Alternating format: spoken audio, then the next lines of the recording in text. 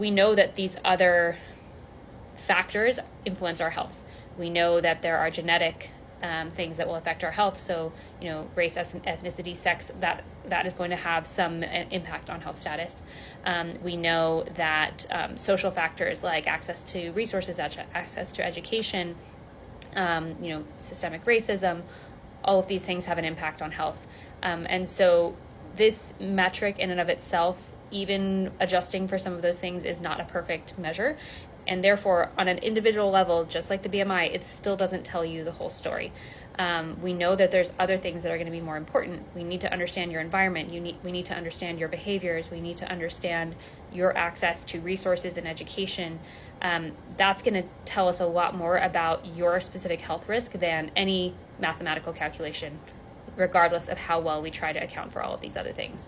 And so I guess from my standpoint, I can see where this might be beneficial in terms of research or, for public health use. But again, on an individual level, I don't find this to be useful. And in a way, I think it sort of weaponizes a person's body against them. When we try to sum up your health status with any sort of mathematical calculation just about your body, all that does is make the focus on you and the individual and you and your body, rather than on all of those, socioeconomic and societal things that are impacting your health.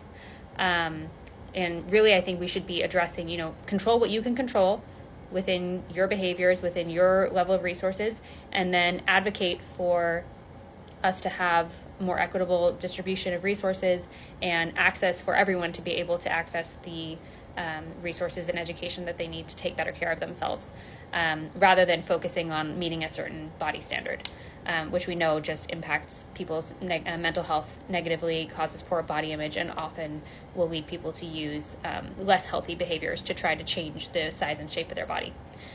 So that's my thoughts on the BRI. I'm curious about what your thoughts are. So feel free to leave any thoughts or questions in the comments.